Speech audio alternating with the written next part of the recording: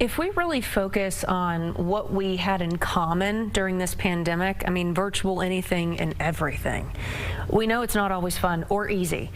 But for some New Mexicans, it's necessary and beneficial. And it will be even after COVID-19 is gone.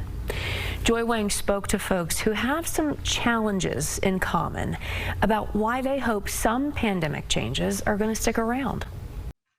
I am 35 years old and I was born with cerebral palsy. I was adopted just before my 8th birthday. When I was 10 years old, I went blind after surgery and had a stroke. I had to relearn how to chew, swallow, and use my muscles. And as you've now noticed, Roel Adamson also relies on a machine to speak for him. I love hanging out with friends for lunch and being with my extended family for celebrations. I love to travel and I love chocolate. Like all of us, Roel missed out on many of those experiences, but this pandemic wasn't completely discouraging for him.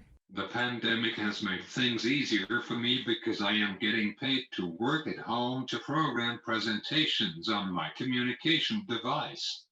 Before, I couldn't do that as I would have to work from the library or go to an office to get paid.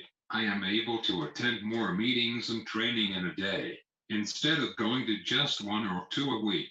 Emma Farris can relate. She also lives with cerebral palsy. Because of Zoom, I'm able to see my social work clients all through Zoom, and I feel like I have more time to dedicate to my clients because I'm not having to factor in that extra time for waiting on a bus or things like that. They hope as we start to reopen, some of what the pandemic forced on us isn't forgotten. I would just want people moving forward to remember the virtual option and not just kind of throw it back in the back corner. Julia Wyant lives with autism. Making new friends makes me feel happy. Julia, how has this last year been for you?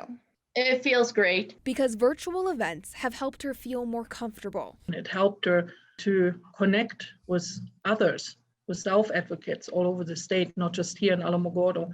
And I think it would be bad if that would go away because friends were made, connections were made. Being apart actually made it easier to get together. It's good too that she can just log off if she wants to. We've proven during this time that we have the technological ability to kind of bridge those gaps and bring people closer together.